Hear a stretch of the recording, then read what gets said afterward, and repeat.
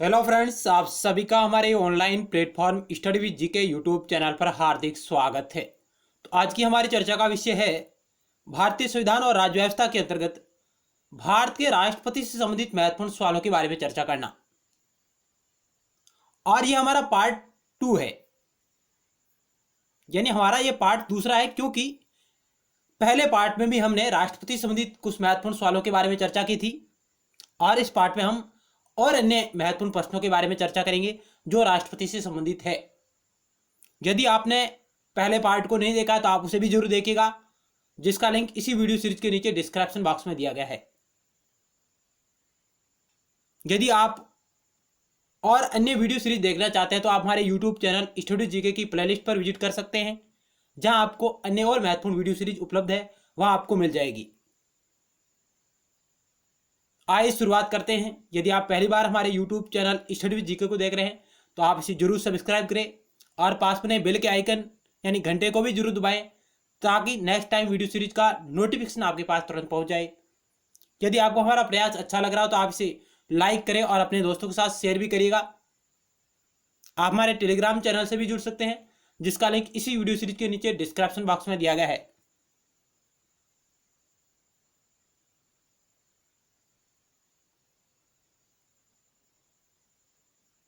तो 41 नंबर सवाल आपकी स्क्रीन पर रहा ये, क्योंकि हम 40 प्रश्नों के बारे में पहले चर्चा कर चुके हैं। भारत के राष्ट्रपति से संबंधित पार्ट पहला है। जो पार्ट 1 है उसमें हम 40 महत्वपूर्ण सवालों के बारे में चर्चा कर चुके व्याख्या सहित, और हम शेष प्रश्नों के बारे में चर्चा करेंगे इस पार्ट 2 में। तो 41 नंबर सवाल आपकी स्क्रीन पर रहा ये।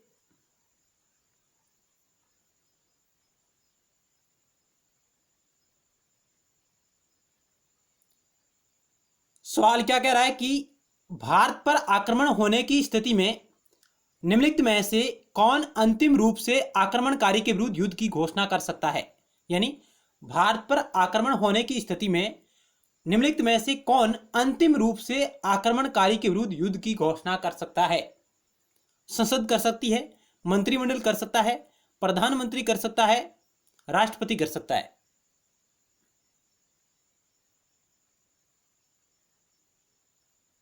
तो इस क्वेश्चन का ऑप्शन डी राइट होगा।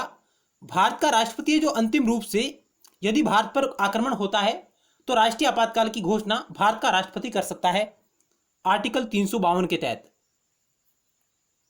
और राष्ट्रपति आपातकाल की जो घोषणा है वो मंत्रिमंडल की सिफारिश पर करेगा,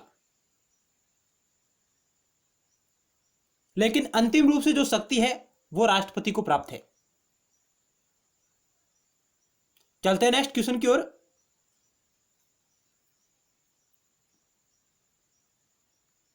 फिफ्टी 52 नंबर आपकी स्क्रीन पर रहा। भारतीय संविधान का निम्नलिखित में से कौन सा अनुच्छेद भारत के राष्ट्रपति को अध्यादेश जारी करने की शक्ति प्रदान करता है। यानी भारतीय संविधान का कौन सा आर्टिकल भारत के राष्ट्रपति को अध्यादेश जारी करने की शक्ति प्रदान करता है। ऑप्शन आपके समक्ष रहे, क्या होगा इस क्वेश्चन का राइट आंसर आप चयन करें, गैस करिएगा। अनुच्छेद 74, अनुच्छेद 78, अनुच्छेद 123, अनुच्छेद 124 सब 2। तो इस क्वेश्चन का ऑप्शन सी राइट होगा। भारत का राष्ट्रपति है जो आर्टिकल 123 के तहत अध्यादेश जारी कर सकता है। अध्यादेश क्या होता है? यह एक कानून होता है जब भारतीय संसद के दोनों सत्र या तो वे सत्र में नहीं हो या कोई एक सदन है जो सत्र में नहीं हो, तो भारत का राष्ट्रपति एक अध्यादेश जारी कर सकता है जो एक अधिनियम के समान होता है।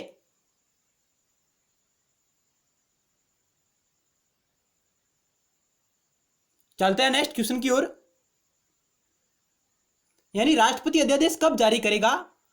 जब उसे लगे कि अब कोई कानून बनाना अति आवश्यक है और संसद का दोनों सत्र यानी संसद के दोनों सदन लोकसभा और राज्यसभा या तो दोनों ही सत्र में नहीं हो या इनमें से कोई एक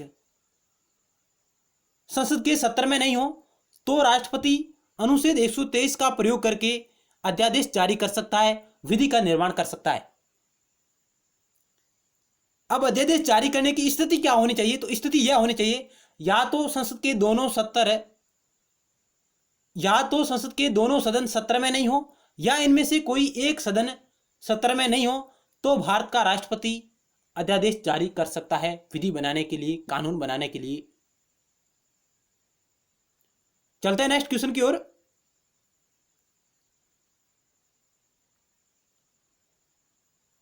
राष्ट्रपति द्वारा जारी एक अध्यादेश संसद के सत्र शुरू होने के बाद कितने समय तक रखा जाना आवश्यक है?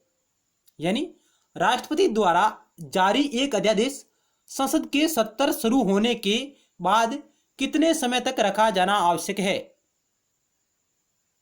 1 माह, 6 सप्ताह, 6 माह, 8 माह। क्या होगा इस क्वेश्चन का राइट आंसर? आप अनुमान लगाएंगे।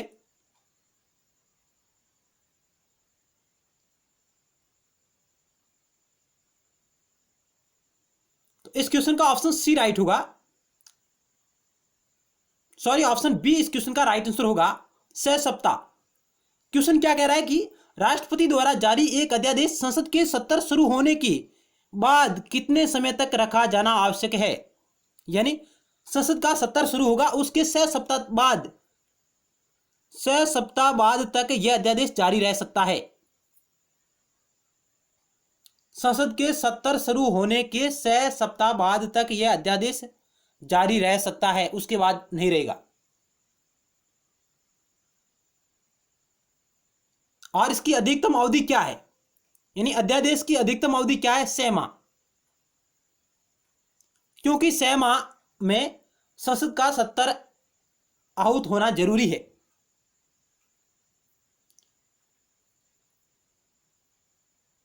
संसद के 2 सत्रों के मध्य 6 माह से अधिक का समय नहीं हो सकता है।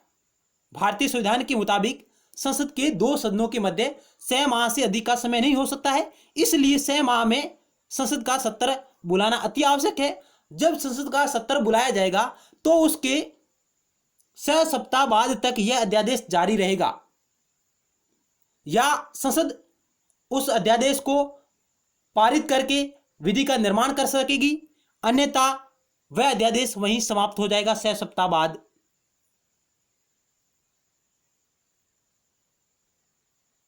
तो ऑप्शन बी इस क्वेश्चन का राइट आंसर होगा। क्वेश्चन कह रहा था कि एक अध्यादेश संसद के सत्र शुरू होने के बाद कितने समय तक रह सकता है। संसद का सत्र शुरू हो चुका है, उसके बाद कितने समय तक रह सकता है? तो यह 6 सप्ताह तक ही रह सकेगा। और इसकी अधिकतम अवधि क्या है? यानी एक अध्यादेश की अधिकतम अवधि क्या है? 6 माह और 6 सप्ताह। 6 माह और 6 सप्ताह इस अध्यादेश की अधिकतम अवधि होती है। चलते हैं नेक्स्ट क्वेश्चन की ओर।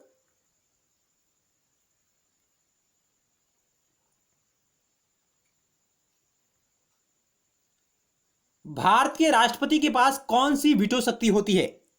आंतरिक वीटो, निलंबित वीटो, पॉकेट वीटो और प्रॉक्स सभी। यानी भारत के राष्ट्रपति के पास कौन सी वीटो शक्ति होती है? क्या होगा 44 नंबर सवाल का राइट आंसर? आप चयन करें। इस क्वेश्चन का ऑप्शन डी राइट होगा। भारत के राष्ट्रपति के पास ये तीनों वीटो शक्तियां होती है। यानी ये तीनों है जो वीटो शक्ति भारत के राष्ट्रपति के पास है, आंतरिक वीटो, निलंबनकारी वीटो और पॉकेट वीटो। जबकि एक और है विशेषित वीटो।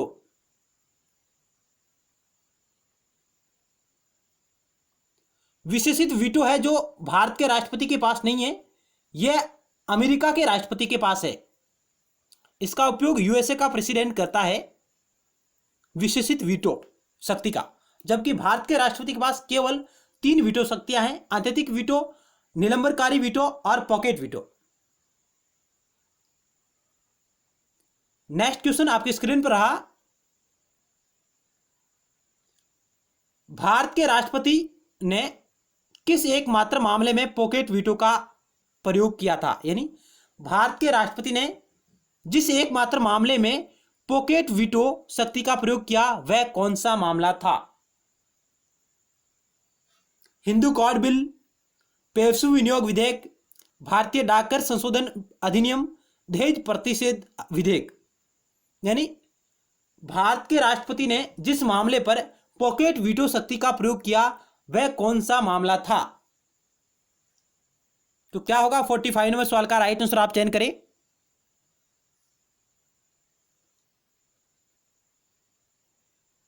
तो इस क्वेश्चन का ऑप्शन सी राइट होगा। पॉकेट वीटो शक्ति का जो भारत के राष्ट्रपति ने प्रयोग किया है वो इन्होंने किया था भारतीय डाकघर संशोधन अधिनियम, भारतीय डाकघर संशोधन बिल है उस पर भारत के तत्कालीन राष्ट्रपति ज्ञानी जेली सिंह जिन्होंने भारतीय डाकघर संशोधन बिल पर पॉकेट वीटो शक्ति का प्रयोग किया था और यह अधिनियम आया था 1986 में। यानी यह बिल भारतीय डाकघर संशोधन बिल है, यह 1986 में लाया गया था और राष्ट्रपति ज्ञानी जेली सिंह ने इस पर पॉकेट वीटो शक्ति का प्रयोग किया और यह पहला एकमात्र मामला था।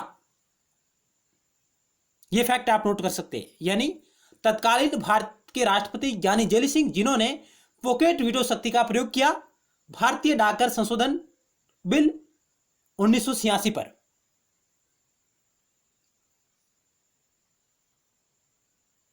चलते हैं नेक्स्ट क्वेश्चन की ओर।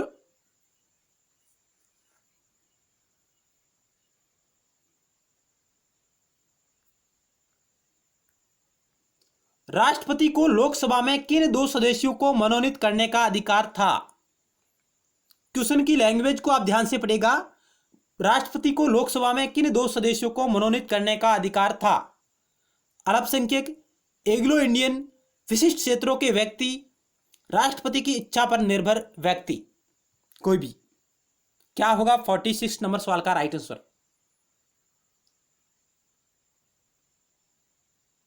तो इस क्वेश्चन का ऑप्शन बी राइट होगा। एंग्लो इंडियन समुदाय के 2 सदस्यों को लोकसभा में मनोनीत करने का अधिकार है जो राष्ट्रपति के पास था। यानी अब भूतकाल की बात हो रही है। क्यों हो रही है? क्योंकि भारतीय संविधान का आर्टिकल 331 जो लोकसभा में एंग्लो इंडियन समुदाय का प्रतिनिधित्व नहीं होने के कारण राष्ट्रपति को यह अधिकार देता है कि वह इन 2 सदस्यों को लोकसभा में मनोनीत करे। यह अधिकार भारत के राष्ट्रपति के पास था आर्टिकल 331 के तहत। लेकिन वर्तमान में जो 104वां संविधान संशोधन हुआ है, भारतीय संविधान का 104वां संविधान संशोधन हुआ है, उसके तहत जो एससी और एसटी का जो आरक्षण था, एससी एसटी का आरक्षण की जो व्यवस्था है लोकसभा में आर्टिकल 330 के तहत, यानी एससी एसटी की जो सीटों का जो आरक्षण दिया गया है लोकसभा में आर्टिकल 330 के तहत, वो इनका आरक्षण 25 जनवरी 2020 को समाप्त हो गया।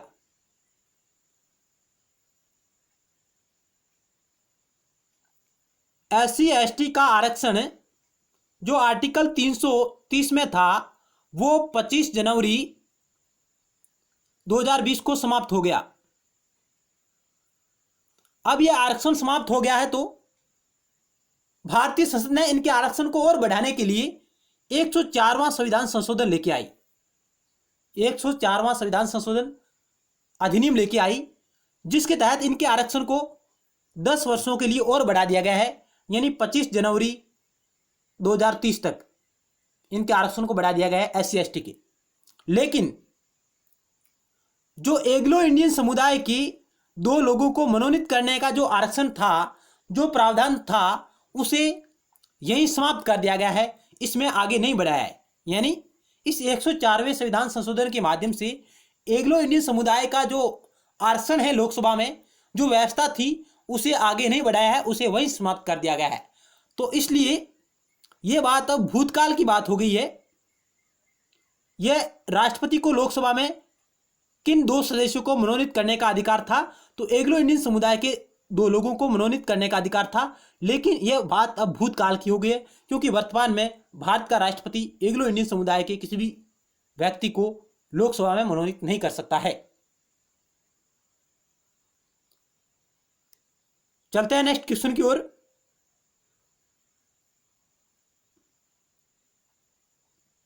अब इस क्वेश्चन को आप देखिएगा, राष्ट्रपति को लोकसभा में किन दो सदस्यों को मनोनीत करने का अधिकार है? अल्पसंख्यक, एग्लो इंडियन, विशिष्ट क्षेत्र के व्यक्ति किसी को भी मनोनीत नहीं कर सकता। क्या होगा इस क्वेश्चन का राइट आंसर? यानी राष्ट्रपति को लोकसभा में किन दो सदस्यों को मनोनीत करने का अधिकार है? ऑप्शन 4 आपके समक्ष रहे। तो इस क्वेश्चन का ऑप्शन डी राइट होगा, यानी भारत का राष्ट्रपति वर्तमान में लोकसभा में किसी भी व्यक्ति को मनोनीत नहीं कर सकता है। ऑप्शन डी इस क्वेश्चन का राइट आंसर होगा। नेक्स्ट क्वेश्चन 48 नंबर आपकी स्क्रीन पर रहा।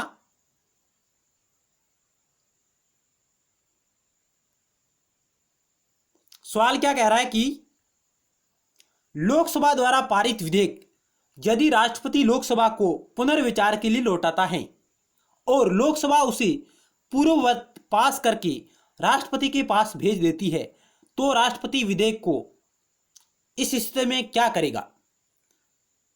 पुनः लौटा सकता है, पुनः स्पष्टीकरण मांग सकता है, अनुमति देगा, सुप्रीम कोर्ट की अनुमति लेगा। क्या होगा इस क्वेश्चन का राइट आंसर?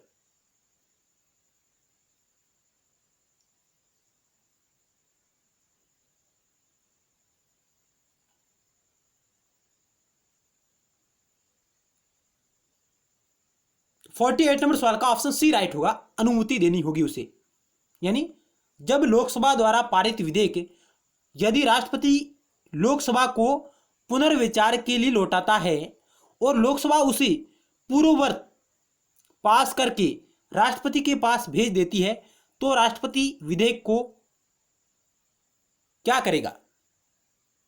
तो वह उसे अनुमति देनी होगी।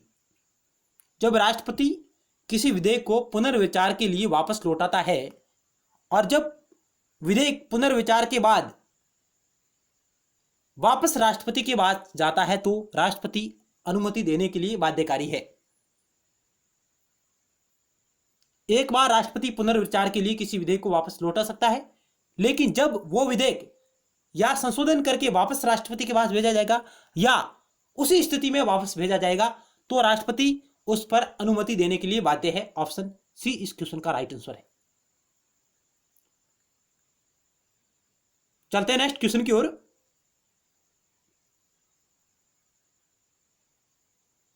राष्ट्रपति के चुनाव के संबंध में उठने वाले सभी संदेह एवं विवादों की जांच पड़ताल व निर्णय किसके द्वारा किए जाते हैं? चुनाव आयोग द्वारा, सर्वोच्च न्यायालय द्वारा, संसद द्वारा, प्रधानमंत्री द्वारा।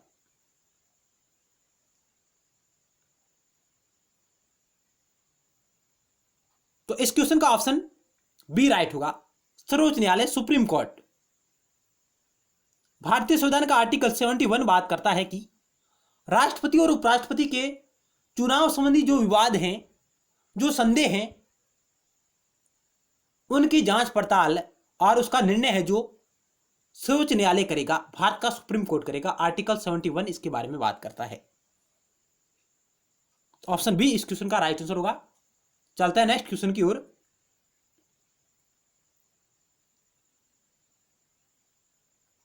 इस क्वेश्चन के बारे में हम पहले चर्चा कर चुके हैं। ऑप्शन बी राइट होगा।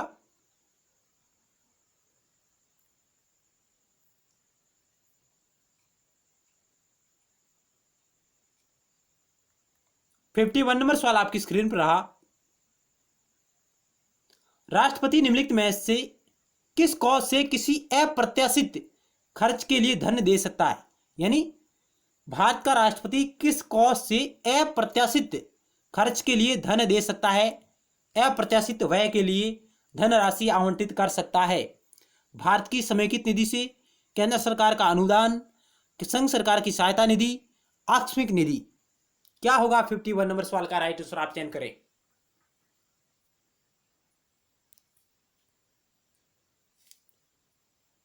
तो ऑप्शन डी राइट होगा। भारत का राष्ट्रपति आकस्मिक निधि कोष से किसी अप्रत्याशित व्यय के लिए धनराशि आवंटित कर सकता है। ऑप्शन डी इस क्वेश्चन का राइट आंसर होगा।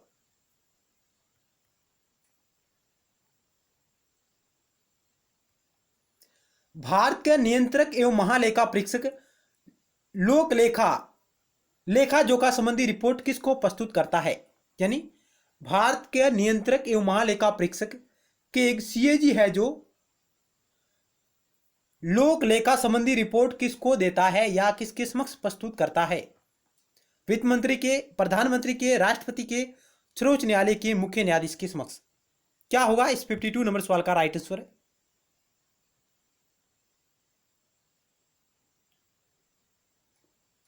ऑप्शन सी राइट होगा। भारत का नियंत्रक एवं महालेखा परीक्षक लोक लेखा संबंधी जो रिपोर्ट है वो भारत के राष्ट्रपति को सौंपता है। यानी भारत का नियंत्रक एवं महालेखा परीक्षक लोक लेखा संबंधी रिपोर्ट भारत के राष्ट्रपति को सौंपता है और भारत का राष्ट्रपति उसे संसद के समक्ष, संसद के पटल पर रखता है। तो ऑप्शन सी इस क्वेश्चन का राइट आंसर होगा। और के की नियुक्ति है जो भारत के राष्ट्रपति द्वारा की जाती है। ध्यान रखिएगा, के की नियुक्ति भारत के राष्ट्रपति द्वारा की जाती है। और केक से संबंधित आर्टिकल 148 से लेके 151 यह आर्टिकल है जो केक से संबंधित है। भारतीय संविधान का आर्टिकल 148 से 151 तक केक से संबंधित है, भारत के नियंत्रक एवं महालेखा परीक्षक से संबंधित है। और इसकी नियुक्ति भारत के राष्ट्रपति करता है, लेकिन यह भारत के राष्ट्रपति की प्रसाद पर्यंत अपना पद धारण नहीं करता है। यह फैक्ट आप नोट करें, नियंत्रक एवं महालेखा परीक्षक भारत के राष्ट्रपति के प्रसाद पर्यंत अपना पद धारण नहीं करता है। चलते हैं नेक्स्ट क्वेश्चन की ओर।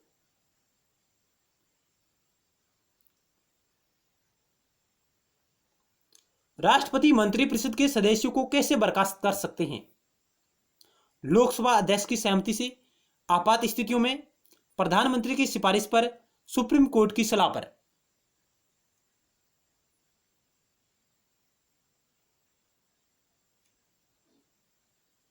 तो 53 नंबर सवाल का ऑप्शन सी राइट होगा। राष्ट्रपति है जो मंत्रिपरिषद को प्रधानमंत्री की सिफारिश पर बर्खास्त कर सकता है, उसे भंग कर सकता है।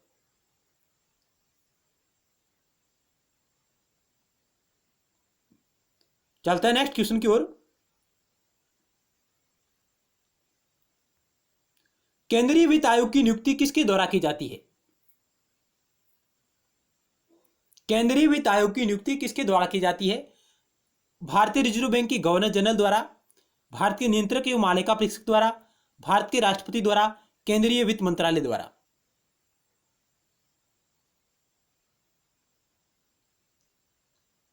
तो इस क्वेश्चन का ऑप्शन सी राइट होगा। भारत का राष्ट्रपति है जो एक वित्त आयोग की स्थापना करता है प्रति 5 वर्ष के बाद। भारत के राष्ट्रपति के पास ये शक्ति है कि वह वित्त आयोग का गठन करे प्रति 5 वर्ष के बाद। भारतीय संविधान का आर्टिकल 280 केंद्रीय वित्त आयोग के बारे में बात करता है।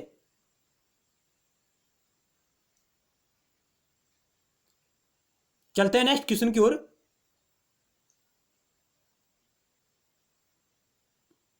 भारतीय संविधान में राष्ट्रपति के चुनाव की प्रणाली किस देश से ली गई है?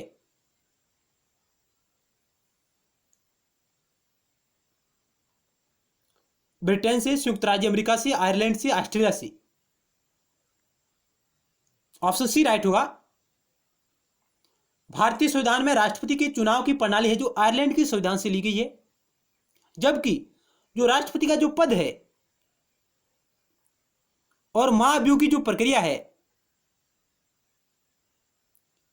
यह दोनों व्यवस्था अमेरिका से ली गई है। राष्ट्रपति का पद और महाभियोग की प्रक्रिया यह है जो अमेरिकी संविधान से ली गई है, जबकि चुनाव प्रणाली है यह आयरलैंड के संविधान से ली गई है। और राष्ट्रपति का जो चुनाव प्रणाली है वो अनुपातिक प्रतिनिधित्व की एकल हस्तांतरणीय प्रणाली द्वारा इनके चुनाव होते हैं।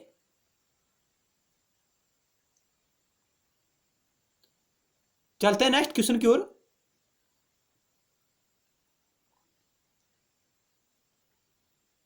निम्नलिखित में से कौन से भारत राज्य का कार्यपालक अध्यक्ष है? यानी इनमें से कौन है जो भारत राज्य का कार्यपालक अध्यक्ष होता है या है? प्रधानमंत्री, राष्ट्रपति, कैबिनेट सचिव, वित्तीय सचिव। भारत राज्य का कार्यपालक अध्यक्ष होता है या भारतीय राज्य का कार्यपालक अध्यक्ष होता है, कौन होता है? ऑप्शन बी राइट होगा। भारत का राष्ट्रपति है जो भारतीय राज्य का कार्यपालक अध्यक्ष होता है।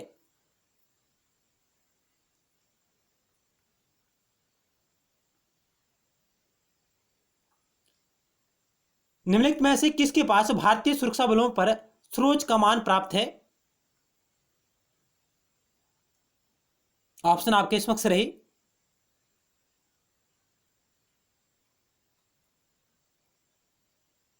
इस क्वेश्चन का ऑप्शन सी डी राइट होगा। भारत के राष्ट्रपति के पास, यानी किसके पास भारतीय सुरक्षा बलों पर सर्वोच्च कमान है जो प्राप्त है, वो भारत के राष्ट्रपति के पास है। यानी क्योंकि भारतीय सुरक्षा बल है थल, जल और वायु, इन तीनों के सेना प्रमुखों की जो नियुक्ति होती है वह भारत के राष्ट्रपति द्वारा होती है और वह भारत की तीनों सेनाओं का सर्वोच्च कमांडर होता है। भारत का राष्ट्रपति उनका प्रमुख होता है। ऑप्शन डी राइट होगा।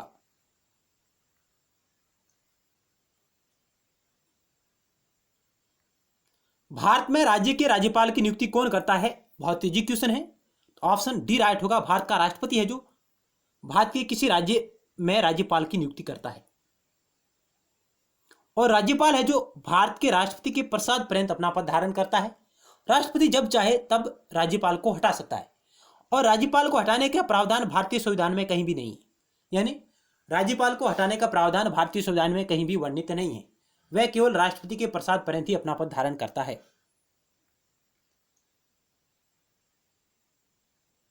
नेक्स्ट सवाल आपकी स्क्रीन पर रहा।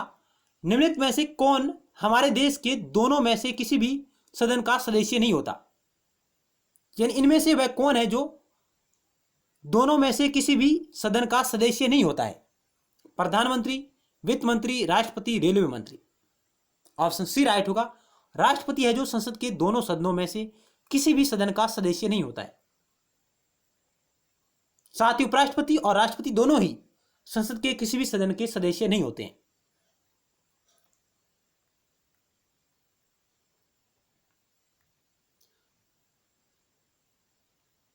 भारत की आकस्मिक निधि का संरक्षक कौन है? यानी भारत की जो आकस्मिक निधि है उसका संरक्षक कौन है? चार ऑप्शन आपके समक्ष रही। इस क्वेश्चन का ऑप्शन सी राइट होगा, राष्ट्रपति। क्योंकि भारत का राष्ट्रपति है जो अप्रत्याशित व्यय के लिए धनराशि आवंटित करने के लिए वह आकस्मिक निधि से धनराशि का आवंटन कर सकता है और वह इसका संरक्षक है।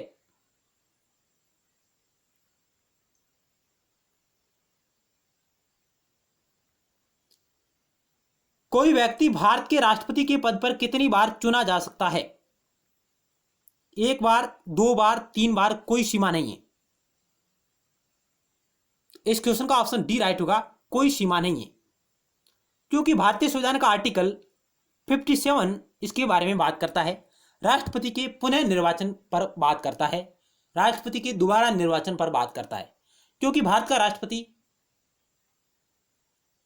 है जो कितनी भी बार भारत का राष्ट्रपति बन सकता है, उसके ऊपर कोई सीमा है जो निर्धारित नहीं है। अब तक डॉक्टर राजेंद्र प्रसाद है जो भारत के 2 बार राष्ट्रपति बने हैं। डॉक्टर राजेंद्र प्रसाद भारत के 2 बार राष्ट्रपति बन चुके हैं और उनका कार्यकाल सर्वाधिक रहा है। यानी वे भारत में लगातार 2 बार भारत के राष्ट्रपति निर्वाचित हुए हैं।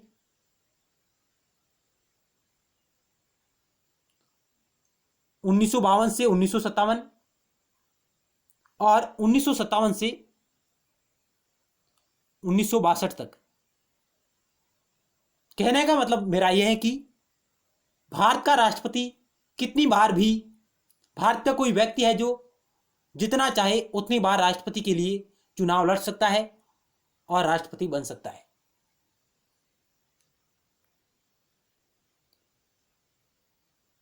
चलते हैं नेक्स्ट क्वेश्चन की ओर।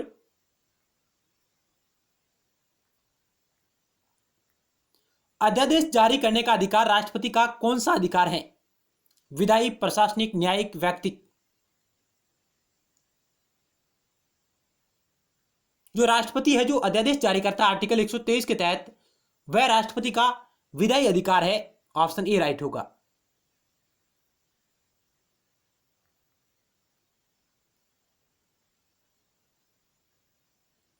निम्नलिखित में से कौन राष्ट्रपति के निर्वाचन का भाग है परंतु उसके महाभियोग अधिकरण का भाग नहीं है?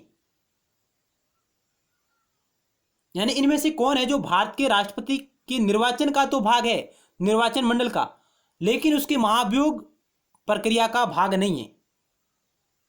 लोकसभा, राज्यसभा, राज्य की विधानसभाएं, राज्यों की विधान परिषदें।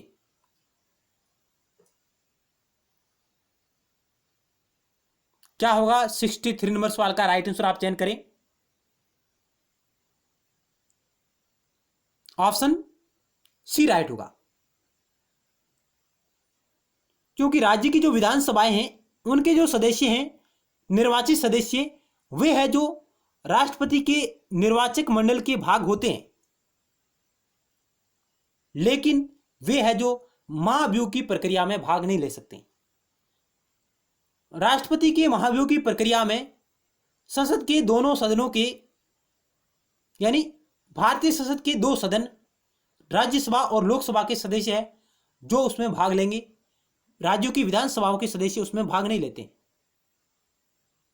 ऑप्शन सी इस क्वेश्चन का राइट आंसर होगा। क्वेश्चन कह रहा था कि इनमें से कौन सा है जो राष्ट्रपति के निर्वाचन का भाग है परंतु उसके महाभियोग अधिकरण का भाग नहीं है? तो राज्यों की जो विधानसभाओं के निर्वाचित सदस्य हैं वे जो राष्ट्रपति के निर्वाचक मंडल के भाग होते हैं, लेकिन महाभियोग के दौरान वे भाग नहीं ले सकते। तो ऑप्शन सी इस क्वेश्चन का राइट आंसर होगा।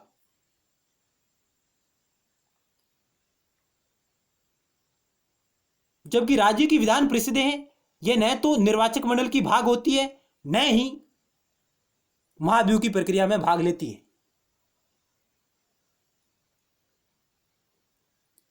चलते हैं नेक्स्ट क्वेश्चन की ओर।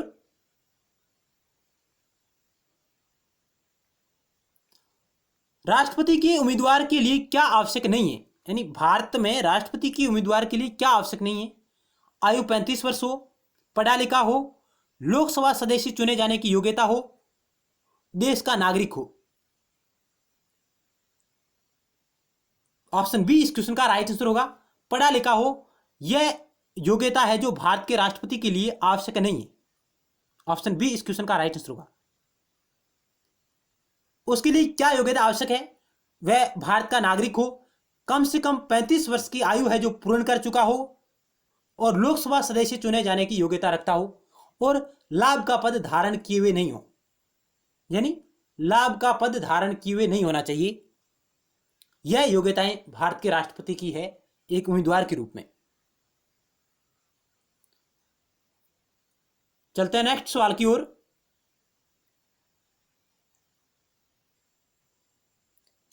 सिक्सटी 65 नंबर सवाल आपकी स्क्रीन पर रहा। राष्ट्रपति के निर्वाचन में राज्य का मुख्यमंत्री मतदान के लिए पात्र नहीं होता यदि वह स्वयं प्रत्याशी होता है, उसे राज्य विधानमंडल के निचले सदन में बहुमत सिद्ध करना हो, वह राज्य विधानमंडल में उस सदन का सदस्य हो, वह काम चलाऊ रूप में नियुक्त मुख्यमंत्री हो। क्या होगा? बहुत ही अच्छा सवाल है, कई प्रतियोगी परीक्षाओं में यह पूछा गया सवाल है। यानी राष्ट्रपति के निर्वाचन में राज्य का मुख्यमंत्री मतदान के लिए पात्र नहीं होता है यदि वह, क्या होगा इस क्वेश्चन का राइट आंसर आप चयन करें।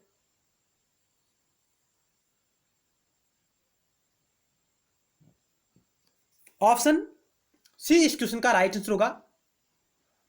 भारत का निर्वाचन, यानी राष्ट्रपति के निर्वाचन में राज्य का मुख्यमंत्री मतदान के लिए पात्र नहीं होगा यदि वह राज्य विधानमंडल में उस सदन का सदस्य हो, यानी विधान परिषद का यदि सदस्य है मुख्यमंत्री, तो वह भारत के राष्ट्रपति के निर्वाचन में भाग नहीं ले सकता है, मतदान नहीं कर सकता है। क्योंकि विधान परिषद के सदस्य राष्ट्रपति के निर्वाचक मंडल के भागीदारी नहीं होते हैं, उसमें भाग नहीं लेते हैं।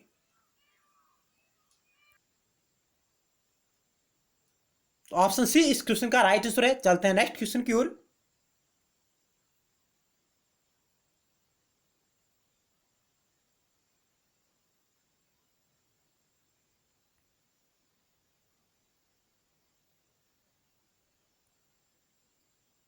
नेक्स्ट 66 नंबर सवाल आपकी स्क्रीन पर रहा। भारत एक गणतंत्र है, इसका अर्थ क्या है? सभी मामलों में अंतिम अधिकार जनता के पास है। भारत में संसदीय शासन व्यवस्था है। भारत में वंशानुगत शासन नहीं है। भारत राज्यों का संघ है। क्या होगा 66 नंबर सवाल का राइट आंसर? आप चयन करें।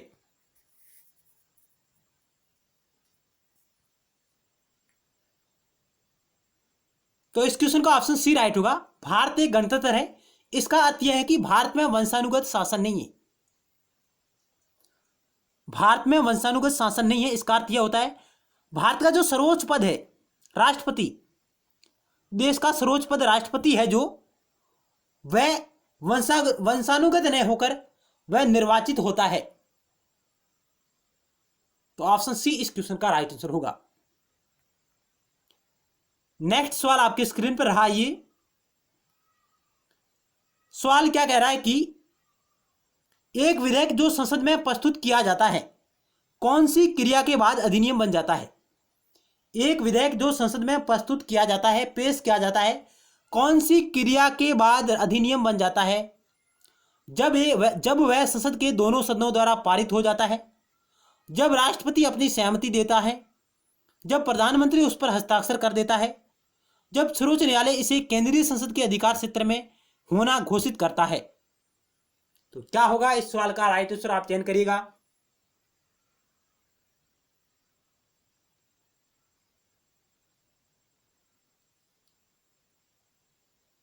इस क्वेश्चन का ऑप्शन बी राइट होगा। कोई विधेयक जो संसद में पेश किया जाता है और संसद के दोनों सदनों द्वारा पारित होने के बाद जब वह राष्ट्रपति के पास जाता है और राष्ट्रपति उस पर सहमति देता है, उस पर हस्ताक्षर करता है, उसके बाद वह कानून बन जाता है, अधिनियम बन जाता है। ऑप्शन बी राइट होगा। कोई भी विधेयक तब कानून बनेगा, तब अधिनियम बनेगा जब राष्ट्रपति उस पर अपनी सहमति देगा और हस्ताक्षर करेगा। ऑप्शन बी इस क्वेश्चन का राइट आंसर होगा। क्योंकि राष्ट्रपति के हस्ताक्षर और सहमति के बिना भारत में कोई भी कानून है जो कानून नहीं बन सकता है। चलते हैं नेक्स्ट सवाल की ओर।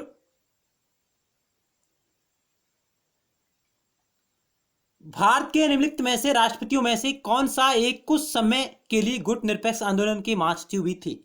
यानी भारत का वह राष्ट्रपति जो कुछ समय के लिए गुट निरपेक्ष आंदोलन के महासचिव भी रहे थे।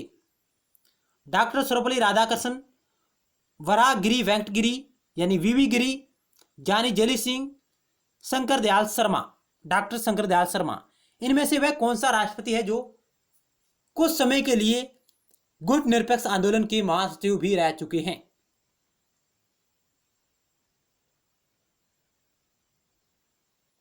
ऑप्शन सी राइट होगा। जानी जेली सिंह है जो गुट निरपेक्ष आंदोलन के महासचिव भी रहे थे कुछ समय के लिए, कुछ टाइम पीरियड के लिए।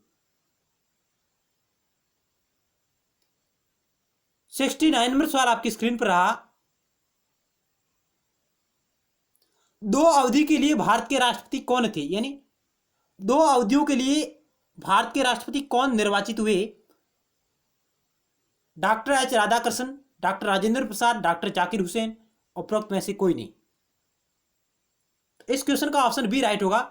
डॉक्टर राजेंद्र प्रसाद है जो दो अवधि के लिए भारत के राष्ट्रपति निर्वाचित हुए थे, 1952 से 1957 पहली बार। दूसरी बार ये रहे हैं 1957 से 1962। यानी डॉक्टर राजेंद्र प्रसाद भारत में दो अवधियों के लिए राष्ट्रपति का चुनाव है जो जीते हैं। चलते हैं नेक्स्ट क्वेश्चन की ओर।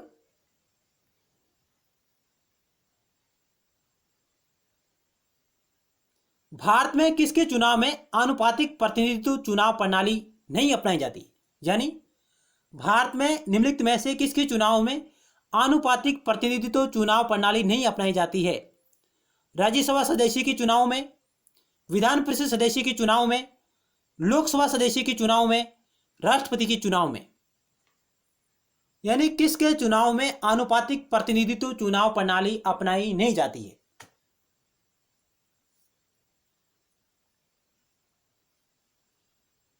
इस क्वेश्चन का ऑप्शन सी राइट होगा। लोकसभा सदस्यों के चुनाव में और विधानसभा के सदस्यों के चुनाव में लोकसभा प्लस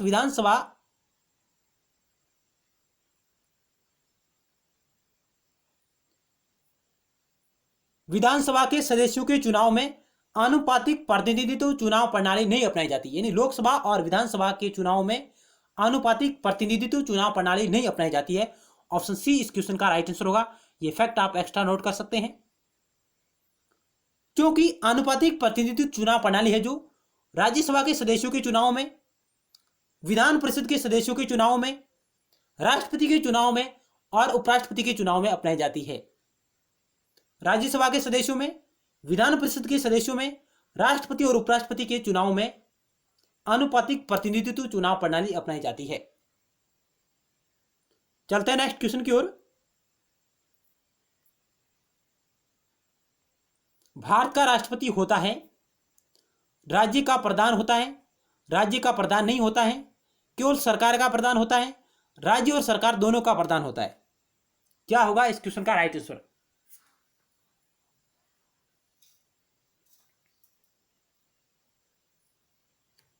ऑप्शन ए इस क्वेश्चन का राइट आंसर होगा। भारत का राष्ट्रपति है जो राज्य का प्रधान होता है। केवल सरकार का प्रधान नहीं होता है, क्योंकि केवल सरकार का प्रधान नहीं होता। सरकार का प्रधान कौन होता है? सरकार का प्रधान पीएम होता है। ऑप्शन ए इस क्वेश्चन का राइट आंसर होगा। चलते हैं नेक्स्ट क्वेश्चन की ओर। 72 नंबर आपकी स्क्रीन पर रहा। भारत के राष्ट्रपति बनने के लिए उम्मीदवार की न्यूनतम आयु कितनी होनी चाहिए? यदि कोई उम्मीदवार भारत का राष्ट्रपति का चुनाव लड़ना चाहता है तो उसे न्यूनतम आयु होनी चाहिए 25 वर्ष, 30 वर्ष, 35 वर्ष, 40 वर्ष। क्या होगा 72 नंबर सवाल का राइट आंसर? आप चयन करिएगा। ऑप्शन सी राइट होगा। यदि कोई उम्मीदवार राष्ट्रपति का चुनाव लड़ना चाहता है तो कम से कम उसकी आयु 35 वर्ष होनी चाहिए। 35 वर्ष से कम आयु का व्यक्ति राष्ट्रपति का चुनाव नहीं लड़ सकता है। और लोकसभा का चुनाव लड़ने के लिए 25 वर्ष की आयु होनी चाहिए। राज्यसभा का चुनाव लड़ने के लिए 30 वर्ष की आयु होनी चाहिए उम्मीदवार की। और राष्ट्रपति का चुनाव लड़ने के लिए 35 वर्ष की आयु होनी चाहिए। चलता है नेक्स्ट क्वेश्चन की ओर। और राष्ट्रपति की अधिकतम उम्र का कोई प्रावधान नहीं है, यानी न्यूनतम आयु 35 वर्ष होनी चाहिए, अधिकतम उम्र का कोई प्रावधान नहीं है। ध्यान रखिएगा।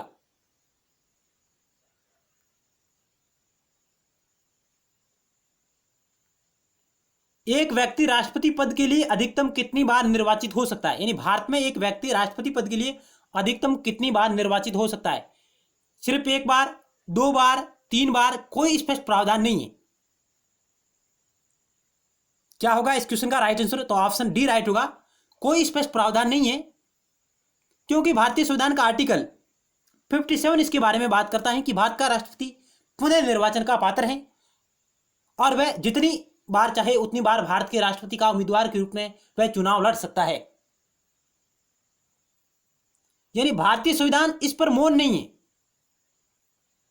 भारतीय संविधान इस पर मौन नहीं है, क्योंकि भारतीय संविधान का आर्टिकल 57 कहता है कि राष्ट्रपति पुनः निर्वाचन का पात्र है और वह कितनी बार भी राष्ट्रपति का चुनाव लड़ सकता है। चलते हैं नेक्स्ट क्वेश्चन की ओर। भारत में एक व्यक्ति चाहे जितनी बार राष्ट्रपति बन सकता है, जितनी बार चाहे उतनी बार। अब तक केवल डॉक्टर राजेंद्र प्रसाद ही 2 बार राष्ट्रपति का चुनाव लड़े हैं, जबकि अमेरिका में कोई भी व्यक्ति अपने जीवन में केवल 2 बार ही राष्ट्रपति बन सकता है। यानी अमेरिका में एक व्यक्ति अपने जीवन में केवल 2 बार ही अमेरिका का राष्ट्रपति बन सकता है, उससे अधिक नहीं बन सकता। जबकि भारत में ऐसा कोई प्रावधान नहीं है। भारत में एक व्यक्ति कितनी बार भी राष्ट्रपति का चुनाव लड़ सकता है। अमेरिकी राष्ट्रपति का कार्यकाल 4 वर्ष का होता है, जबकि भारत के राष्ट्रपति का कार्यकाल 5 वर्ष का होता है। यह भी आप ध्यान रखिएगा। अमेरिका के राष्ट्रपति का कार्यकाल 4 वर्ष का होता है, जबकि भारत के राष्ट्रपति का कार्यकाल 5 वर्ष का होता है।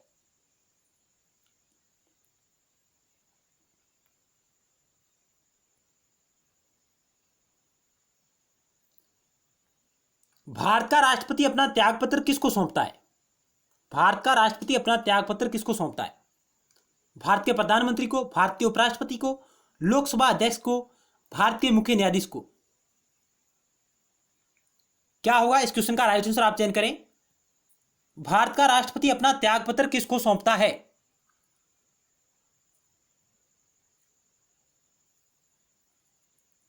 तो इस क्वेश्चन का ऑप्शन बी राइट होगा। भारत का राष्ट्रपति है जो भारत के उपराष्ट्रपति को अपना त्यागपत्र सौंपता है। और जब भारत का राष्ट्रपति उपराष्ट्रपति को अपना त्यागपत्र देगा तब उपराष्ट्रपति का यह कर्तव्य बनता है कि वह सर्वप्रथम लोकसभा अध्यक्ष को सूचना देगा।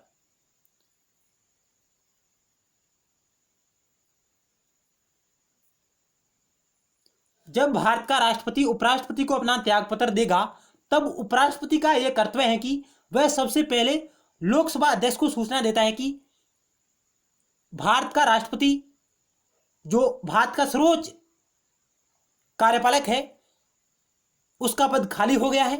यह सूचना है जो भारत का उपराष्ट्रपति लोकसभा स्पीकर को देता है, क्योंकि लोकसभा है जो लोगों का सदन है और लोगों के सदन होने के नाते, जनता का सदन होने के नाते उसे यह पता चलना चाहिए कि भारतीय संविधान का और भारत का जो सर्वोच्च पद है वो खाली हो गया है। यह कर्तव्य भारत का उपराष्ट्रपति का है कि वह लोकसभा अध्यक्ष को सूचना करे कि भारत के राष्ट्रपति ने अपना त्यागपत्र दे दिया है। तो यह भी क्वेश्चन आ सकता है कि भारत का उपराष्ट्रपति सर्वप्रथम किसे सूचित करेगा कि भारत के राष्ट्रपति ने त्यागपत्र दे दिया है? तो वह लोकसभा स्पीकर को सूचना देगा।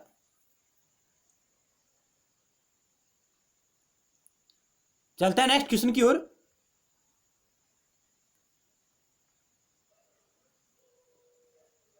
राष्ट्रपति पर महाभियोग की प्रक्रिया किस देश के संविधान से ली गई है? यानी भारतीय राष्ट्रपति पर जो महाभियोग की प्रक्रिया है, महाभियोग की, वह किस देश के संविधान से ली गई है? चार ऑप्शन आपके समक्ष रहे। तो इस क्वेश्चन का ऑप्शन ए राइट होगा, अमेरिकी संविधान से ली गई है। राष्ट्रपति का पद और महाभियोग की प्रक्रिया ये दोनों ही अमेरिकी संविधान से ली गई है, ध्यान रखिएगा।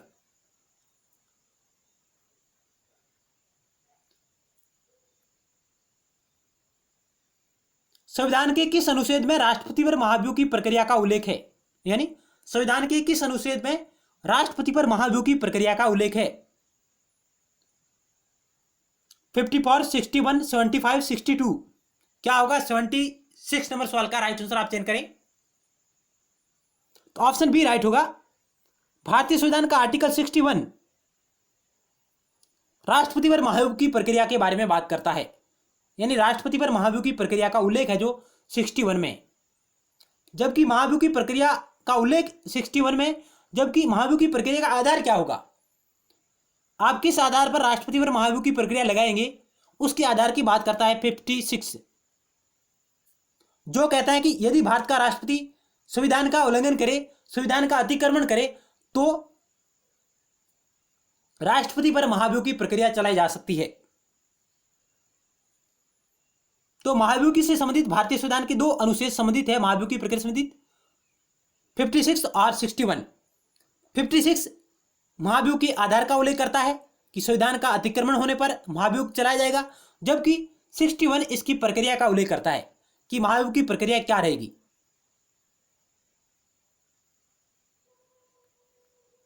नेक्स्ट सवाल आपकी स्क्रीन पर रहा। राष्ट्रपति का निर्वाचन किस प्रकार से होता है? मनोनयन द्वारा, प्रत्यक्ष रूप से, अप्रत्यक्ष रूप से, कोई स्पष्ट प्रावधान नहीं है। तो इस क्वेश्चन का ऑप्शन सी राइट होगा। अप्रत्यक्ष रूप से भारत के राष्ट्रपति का निर्वाचन होता है एक निर्वाचक मंडल के द्वारा। निर्वाचक मंडल का प्रावधान भारतीय संविधान के आर्टिकल 54 में है, यह आप बात नोट करिएगा। चलते हैं नेक्स्ट क्वेश्चन की ओर।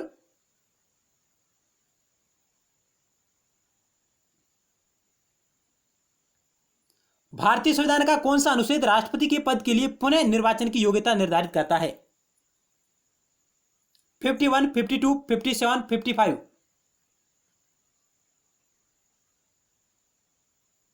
इस क्वेश्चन का ऑप्शन सी राइट होगा। 57 आर्टिकल है जो राष्ट्रपति के पद के लिए पुनर्निर्वाचन की योग्यता निर्धारित करता है, दोबारा निर्वाचन की बात करता है 57।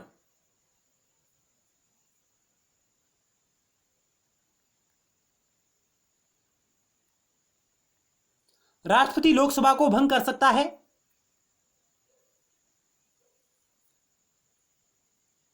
ऑप्शन सी राइट होगा। प्रधानमंत्री की सलाह पर राष्ट्रपति है जो लोकसभा को भंग कर सकता है। ऑप्शन सी इस क्वेश्चन का राइट आंसर होगा।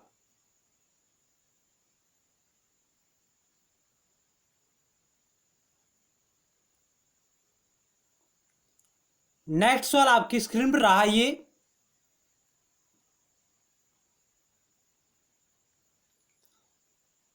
राष्ट्रपति देश के लिए वैसे हैं जैसे रिक्त स्थान राज्य के प्रति हैं। मुख्यमंत्री, राज्यपाल, लेफ्टिनेंट, राज्य मंत्री। यानी राष्ट्रपति देश के लिए वैसे हैं जैसे रिक्त स्थान राज्य के प्रति हैं। ऑप्शन बी राइट होगा, राज्यपाल। यानी राष्ट्रपति देश के लिए वैसे हैं जैसे राज्यपाल राज्य के प्रति है, तो इस रिक्त स्थान पर ऑप्शन बी आएगा, राज्यपाल।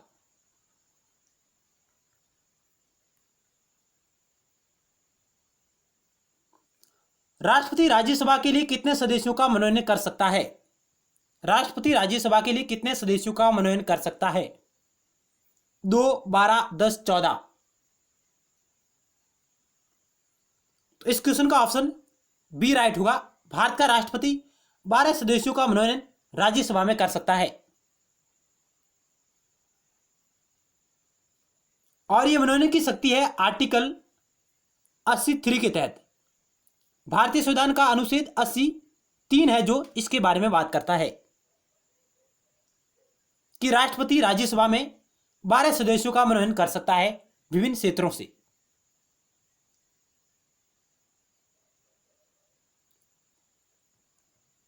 अब क्वेश्चन आए कि भारत का राष्ट्रपति संसद में कितने सदस्यों का मनोनयन कर सकता है? भारत का राष्ट्रपति भारतीय संसद में कितने सदस्यों का मनोनयन कर सकता है? यदि ऑप्शन आपके पास हो ये सेम, भारत का राष्ट्रपति संसद में कितने सदस्यों का मनोनयन कर सकता है, तो आपका क्या उत्तर होगा?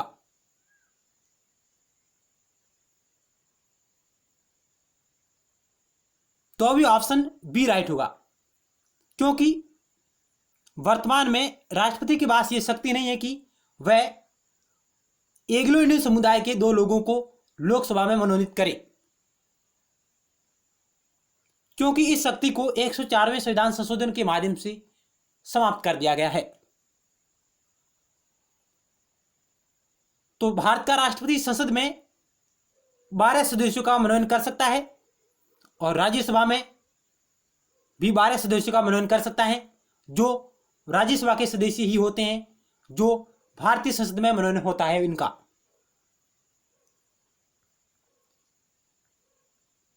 नेक्स्ट सवाल आपकी स्क्रीन पर रहा, स्वतंत्र भारत के प्रथम राष्ट्रपति कौन थे?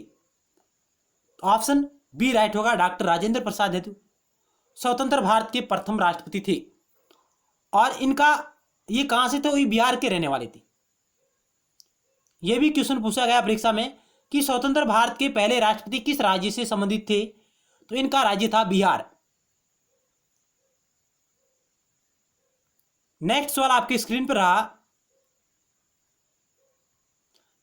एकमात्र भारतीय राष्ट्रपति थे जो निर्विरोध चुने गए। Giani Zail Singh, V V Giri, doctor Zakir Hussain, Neelam Sanjiva Reddy. Option D right होगा, नीलम संजीव रेड्डी एकमात्र भारतीय राष्ट्रपति थे जो निर्विरोध चुने गए थे।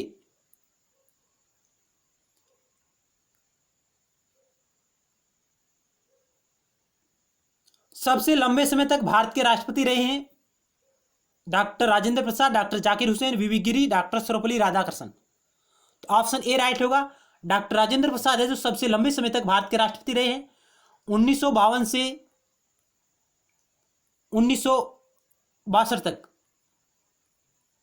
क्योंकि इन्होंने 2 अवधियों के लिए राष्ट्रपति के तौर पर काम किया है, 2 अवधि के लिए,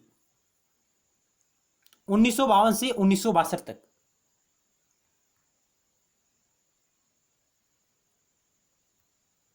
भारत के राष्ट्रपति चुने जाने वाले प्रथम गैर कांग्रेसी उम्मीदवार कौन थे? भारत के राष्ट्रपति चुने जाने वाले प्रथम गैर कांग्रेसी उम्मीदवार कौन थे? नीलम संजीव रेड्डी, वीवी गिरी, डॉक्टर जाकिर हुसैन, एच राधाकृष्णन।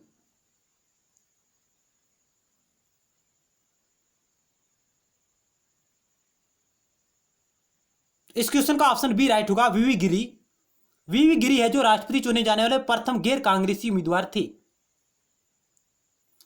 वीवी गिरी है जो 1969 में राष्ट्रपति बनते हैं और 1974 तक ये भारत के राष्ट्रपति रहते हैं। इनका ये कार्यकाल होता है और ये भारत के चौथे राष्ट्रपति थे। वीवी गिरी भारत के चौथे राष्ट्रपति थे और ये ऐसे राष्ट्रपति है जिनके निर्वाचन के समय द्वितीय चक्र की मतगणना का आयोजन किया गया था, यानी दूसरे चक्र की मतगणना का आयोजन हुआ था वीवी गिरी के चुनाव के समय। राष्ट्रपति के चुनाव के समय द्वितीय चक्र की मतगणना करनी पड़ती वीवी गिरी के समय और ये भारत के चौथे राष्ट्रपति थे, ध्यान रखिएगा।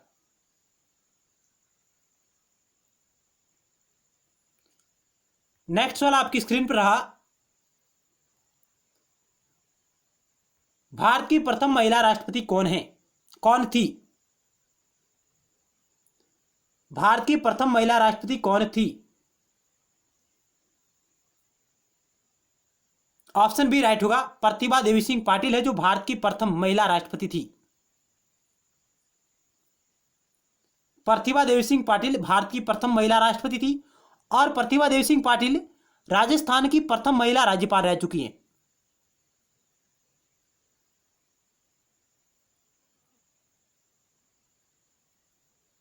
प्रतिभा देवी सिंह पाटिल राजस्थान की प्रथम महिला राज्यपाल रह चुकी है।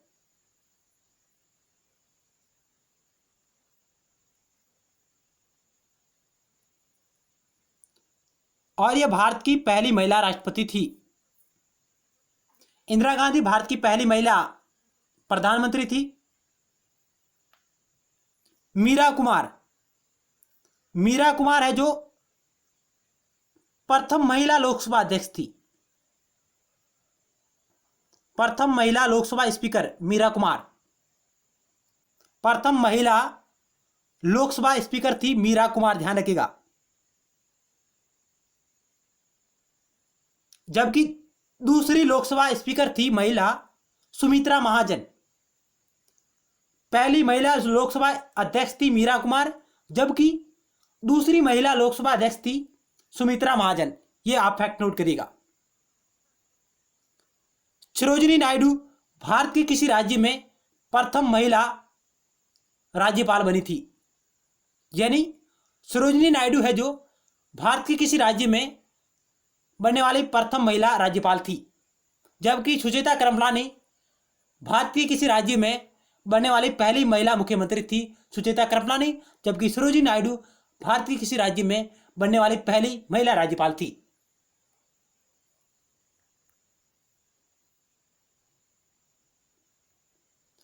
भारत के निम्नलिखित में से किस मुख्य न्यायाधीश ने कुछ समय के तक भारत के राष्ट्रपति के रूप में कार्य किया? यानी भारत का वह मुख्य न्यायाधीश जिसने कुछ समय के लिए भारत के राष्ट्रपति के रूप में कार्य किया था। न्यायमूर्ति एच कानिया, न्यायमूर्ति पीएन भगवती, न्यायमूर्ति एम हिदायतुल्ला, न्यायमूर्ति राजेंद्र गडकर। तो भारत का वह कौन मुख्य न्यायाधीश है जो राष्ट्रपति के रूप में कार्य कर चुके हैं, कार्यवाहक राष्ट्रपति के तौर पर? इस क्वेश्चन का ऑप्शन सी राइट होगा, एम हिदायतुल्ला, जो भारत के राष्ट्रपति रह चुके हैं, कार्यवाहक राष्ट्रपति के रूप में उन्होंने कार्य किया था।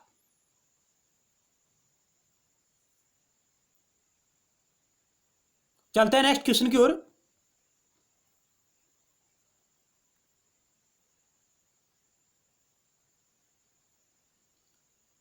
संविधान के किस अनुच्छेद के अंतर्गत राष्ट्रपति संघीय मंत्रिपरिषद की सलाह मानने के लिए बाध्य हैं? 72, 74, 75, 85।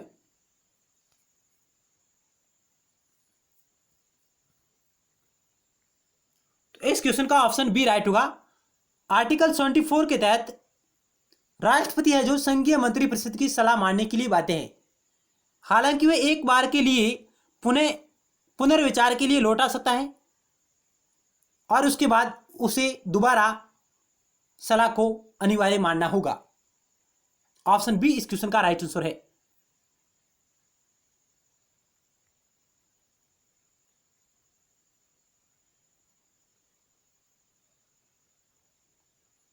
भारतीय गणतंत्र है, गणतंत्र का मतलब क्या है, इसका अर्थ क्या है? वह दिन जब भारत स्वतंत्र हुआ, शासक राजा या रानी होती है, शासक राजा या रानी का सीधे वंशज होते हैं, राज्य का प्रमुख उसके लोगों द्वारा प्रत्यक्ष रूप से चुना जाता है। इस क्वेश्चन का ऑप्शन डी राइट होगा। राज्य का प्रमुख यानी राष्ट्रपति उसके लोगों द्वारा प्रत्यक्ष रूप से चुना जाता है, वह वंशानुगत नहीं होता। यानी देश का जो सर्वोच्च पद है वह वंशानुगत नहीं होकर निर्वाचित होता है। ऑप्शन डी इस क्वेश्चन का राइट आंसर होगा।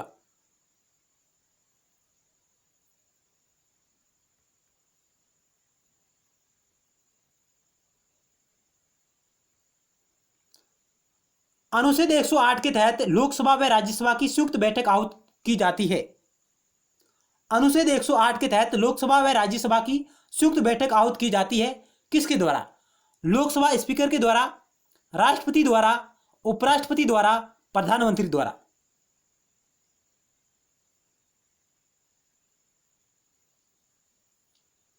तो इस क्वेश्चन का ऑप्शन टू राइट होगा, राष्ट्रपति के द्वारा। यानी भारत का राष्ट्रपति लोकसभा व राज्यसभा की संयुक्त बैठक आहूत करता है और उसका 17 ऑप्शन करता है।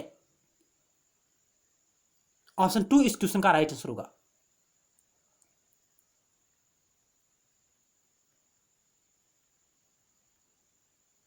कुछ महत्वपूर्ण फैक्ट नोट करते हैं। किसी बिल पर गतिरोध की स्थिति में संविधान द्वारा संयुक्त बैठक की व्यवस्था की गई है अनुच्छेद 108 के तहत। यानी कोई बिल है और उस पर मतभेद उत्पन्न हो जाते हैं तो उन मतभेदों को हल करने के लिए भारतीय संविधान में संयुक्त बैठक की व्यवस्था की गई है संसद के दोनों सदनों के लिए। और ये बैठक अनुच्छेद 108 के तहत राष्ट्रपति द्वारा आहूत की जाती है। राष्ट्रपति इस बैठक को बुलाता है। इस बैठक की अध्यक्षता लोकसभा स्पीकर द्वारा की जाती है। यानी संसद के दोनों सदनों की संयुक्त बैठक की अध्यक्षता कौन करता है? तो अध्यक्षता करता है लोकसभा स्पीकर, जबकि बुलाता कौन है? राष्ट्रपति। आहूत कौन करता है? राष्ट्रपति। 17 ऑप्शन कौन करता है? राष्ट्रपति। लेकिन इसकी अध्यक्षता कौन करता है? लोकसभा स्पीकर इसकी अध्यक्षता करता है। और यदि लोकसभा की अनुपस्थिति में इस संयुक्त बैठक की अध्यक्षता लोकसभा उपाध्यक्ष द्वारा की जाती है।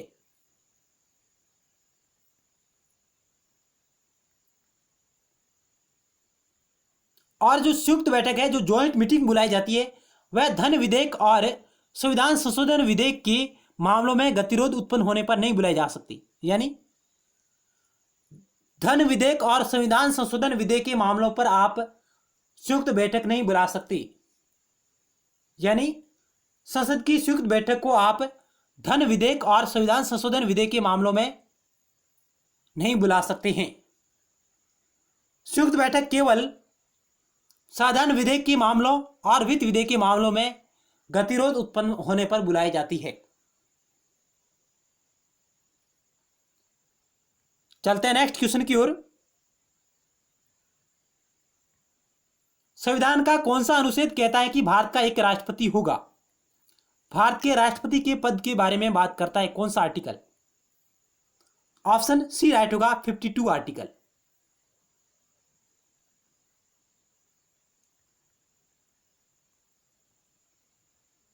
संविधान के भाग 5 में अनुच्छेद 52 से 78 तक संघ की कार्यपालिका का वर्णन है। अनुच्छेद 52 के अनुसार भारत का एक राष्ट्रपति होगा। राष्ट्रपति के पद के बारे में बात करता है 52।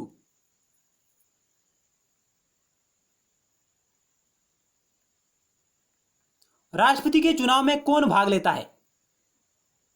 संसद के दोनों सदनों के निर्वाचित सदस्य, राज्य विधानसभा के निर्वाचित और मनोनीत सदस्य, सभी केंद्र शासित प्रदेशों के सदस्य, उपयुक्त सभी।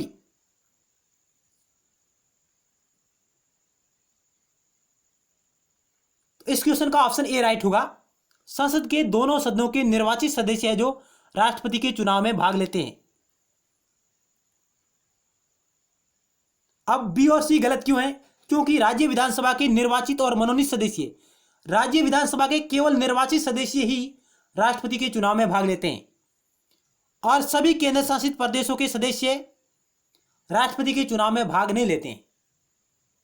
केवल दिल्ली, पुडुचेरी और जम्मू कश्मीर केंद्र शासित प्रदेशों के विधानसभा के निर्वाचित सदस्य ही राष्ट्रपति के चुनाव में भाग लेते हैं। यानी दिल्ली, पुडुचेरी और जम्मू कश्मीर विधानसभा के निर्वाचित सदस्य राष्ट्रपति के चुनाव में भाग लेते हैं। तो ऑप्शन ए इस क्वेश्चन का राइट आंसर होगा।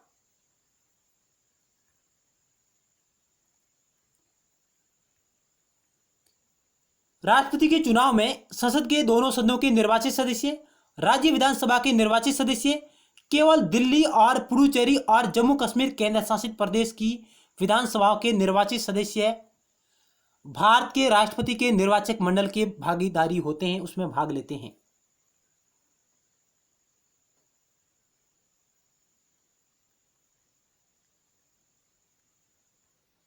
राष्ट्रपति बनने के लिए कौन सी योग्यता होनी चाहिए?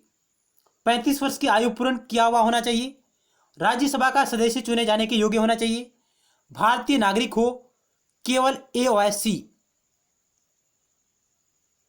इस क्वेश्चन का ऑप्शन डी राइट होगा। ए व सी बिल्कुल राइट है।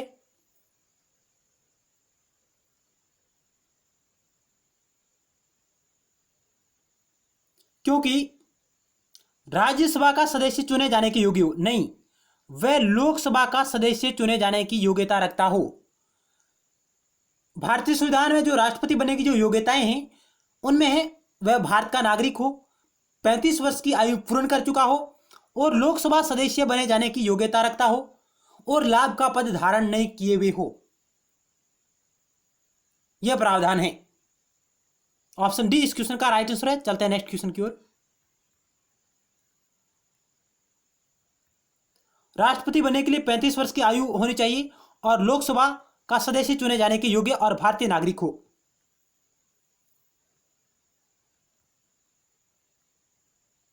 94 नंबर सवाल आपकी स्क्रीन पर रहा।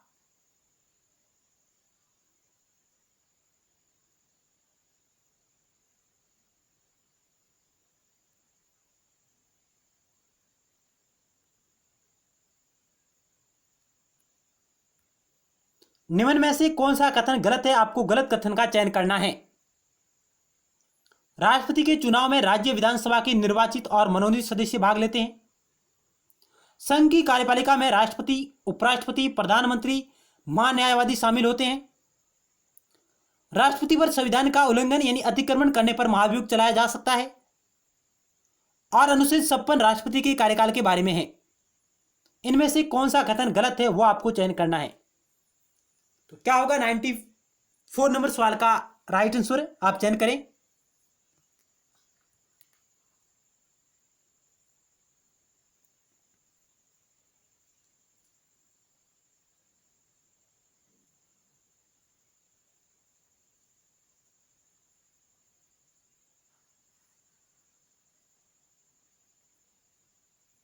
तो इस क्वेश्चन का ऑप्शन ए राइट होगा, जो गलत है। राष्ट्रपति के चुनाव में राज्य विधानसभा के निर्वाचित और मनोनीत सदस्य भाग लेते हैं, यह गलत है। क्योंकि राष्ट्रपति के चुनाव में राज्य विधानसभा के केवल निर्वाचित सदस्य भाग लेते हैं। तो इसलिए ऑप्शन ए इस क्वेश्चन का राइट आंसर होगा, जो गलत है। जबकि बी, सी, डी बिल्कुल सही है।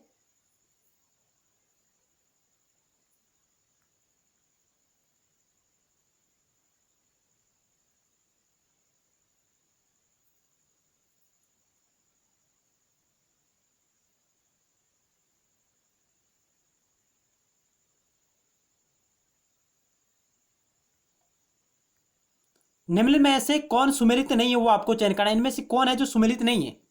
अनुच्छेद 54 राष्ट्रपति का चुनाव, अनुच्छेद 55 राष्ट्रपति का चुनाव का तरीका, अनुच्छेद 60 राष्ट्रपति पर महाभियोग की प्रक्रिया, अनुच्छेद 123 राष्ट्रपति के अध्यादेशों लगाने की शक्ति। इनमें से कौन सा असत्य है जो सुमेलित नहीं है वो आपको चयन करना है।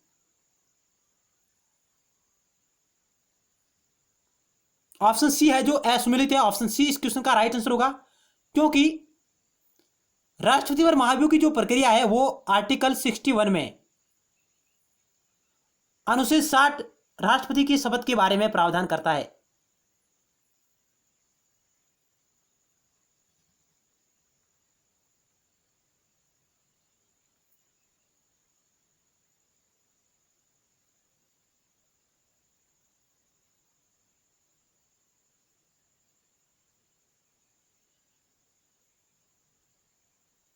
अनुच्छेद 60 का संबंध राष्ट्रपति के शपथ ग्रहण से संबंधित है।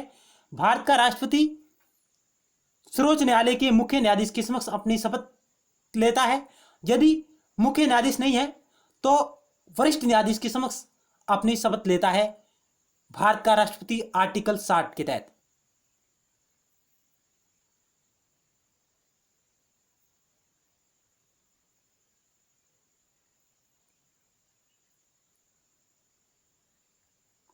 नेक्स्ट सवाल, भारत का एक महान्यायाधीश होगा किस अनुच्छेद में लिखा है? ऑप्शन बी इस क्वेश्चन का राइट आंसर होगा 76 में, यानी महान्यायवादी के पद का उल्लेख किया गया है अनुच्छेद 76 में। और महान्यायवादी की नियुक्ति कौन करता है? महान्यायवादी की नियुक्ति भारत के राष्ट्रपति द्वारा की जाती है। और भारत का महान्यायवादी भारत का सर्वोच्च विधि अधिकारी होता है, यानी अटॉर्नी जनरल है जो भारत का सर्वोच्च विधि अधिकारी होता है, सर्वोच्च कानूनी सलाहकार होता है भारत सरकार का। और इसकी नियुक्ति भारत का राष्ट्रपति करता है और इसके पद का उल्लेख 76 में है। और ये भारत के राष्ट्रपति के प्रसाद पर्यंत अपना पद धारण करता है। चलते हैं नेक्स्ट क्वेश्चन की ओर।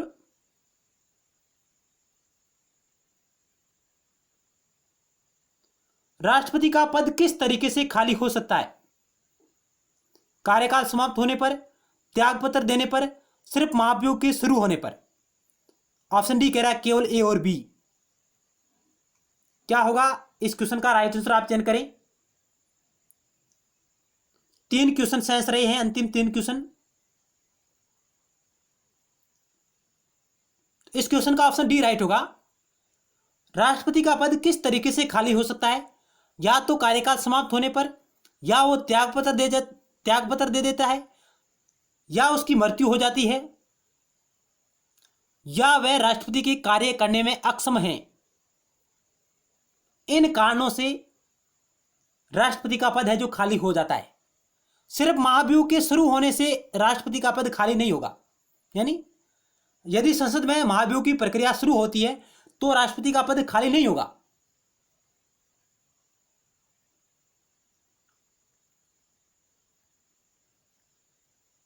राष्ट्रपति का पद निम्न तरीकों से खाली हो जाएगा: कार्यकाल समाप्त होने पर, त्यागपत्र देने पर और महाभियोग की प्रक्रिया पूरी होने पर। सिर्फ महाभियोग के शुरू होने पर राष्ट्रपति का पद खाली नहीं होगा। महाभियोग की प्रक्रिया पूरी हो जाएगी तब भारत का राष्ट्रपति अपना पद खाली करेगा।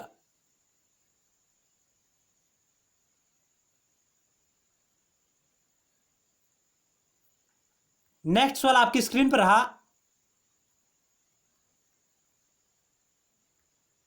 निम्न में से कौन सा कथन सही नहीं है? राष्ट्रपति भारत के सैन्य बलों का प्रमुख होता है। राष्ट्रपति केंद्रीय बजट को संसद के समक्ष पेश करता है। अनुदान की कोई भी मांग राष्ट्रपति की सिफारिश के बिना की जा सकती है। राष्ट्रपति वित्त आयोग के अध्यक्ष को चुनता है।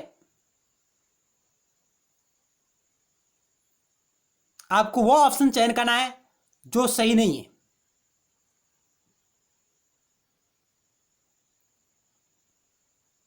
इस क्वेश्चन का ऑप्शन सी राइट होगा। अनुदान की कोई भी मांग राष्ट्रपति की सिफारिश के बिना की जा सकती है। यह कथन बिल्कुल गलत है, क्योंकि अनुदान की कोई भी मांग राष्ट्रपति की सिफारिश के बिना नहीं की जा सकती। यानी अनुदान की कोई भी मांग राष्ट्रपति की सिफारिश के बिना नहीं की जा सकती है, उसकी सिफारिश जरूरी होती है राष्ट्रपति की।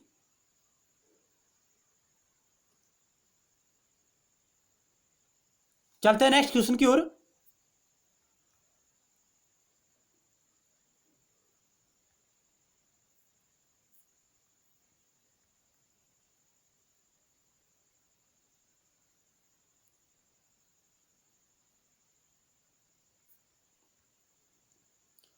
99 नंबर सवाल आपकी स्क्रीन पर रहा। भारत के निम्न राष्ट्रपतियों को उनके कालक्रम में व्यवस्थित करें। यानी भारत के एक तरफ राष्ट्रपति दिए गए हैं, उनको आपको कालक्रम में व्यवस्थित करना है, उनके पद ग्रहण करने के क्रम में उन्हें आपको व्यवस्थित करना है। नीलम संजीव रेड्डी, जाकिर हुसैन, जानी जैली सिंह, शंकर दयाल शर्मा, इनको आपको कालक्रम में व्यवस्थित करना है। क्या होगा इनका कालक्रम? 4 ऑप्शन आपके समक्ष रहे।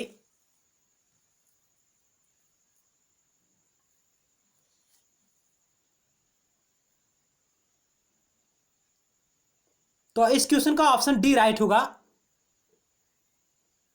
2, 1, 3, 4 ये इनका क्रम रहेगा। जाकिर हुसैन, नीलम संजीव रेड्डी, जानी जैली सिंह, शंकर दयाल शर्मा, ये इनका क्रम रहेगा राष्ट्रपतियों का। नेक्स्ट सवाल आपकी स्क्रीन पर रहा और अंतिम क्वेश्चन हमारे इस वीडियो सीरीज का।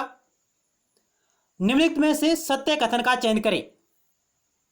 नीचे आपको कथन दिए गए हैं, आपको सत्य कथन का चयन करना है। भारत का राष्ट्रपति पुनः निर्वाचन का पात्र नहीं होता। दूसरा कथन कह रहा है कि लोकसभा के सभी सदस्य सामूहिक रूप से राष्ट्रपति के प्रति उत्तरदायी होते हैं।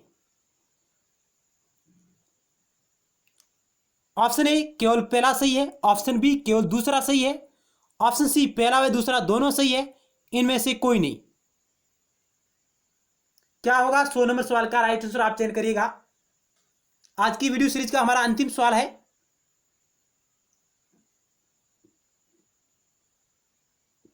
ऑप्शन डी इस क्वेश्चन का राइट आंसर होगा। इनमें से कोई नहीं, यानी इनमें से कोई भी सही नहीं है, क्योंकि भारत का राष्ट्रपति पुनः निर्वाचन का पात्र नहीं होता। भारत का राष्ट्रपति पुनः निर्वाचन का पात्र होता है। लोकसभा के सभी सदस्य सामूहिक रूप से राष्ट्रपति के प्रति उत्तरदायी होते हैं, नहीं। लोकसभा के सभी सदस्य व्यक्तिगत रूप से, यानी लोकसभा के सभी सदस्य व्यक्तिगत रूप से राष्ट्रपति के प्रति उत्तरदायी होते हैं, जबकि सामूहिक रूप से लोकसभा के प्रति उत्तरदायी होते हैं। इसलिए ऑप्शन डी इस क्वेश्चन का राइट आंसर होगा। इनमें से कोई भी नहीं है जो सही नहीं है। ऑप्शन डी इस क्वेश्चन का राइट आंसर होगा। तो इस वीडियो सीरीज के अंतर्गत हमने भारत के राष्ट्रपति से संबंधित 100 महत्वपूर्ण सवालों के बारे में चर्चा की। आपको हमारा प्रयास किस प्रकार लगा, आप अपने अमूल्य सुझाव कमेंट बॉक्स के माध्यम से जरूर दीजिएगा। आप इस वीडियो सीरीज को अपने दोस्तों के साथ शेयर करें, लाइक करें। धन्यवाद। मिलते हैं नेक्स्ट टाइम एक और नए टॉपिक के साथ और महत्वपूर्ण सवालों के साथ।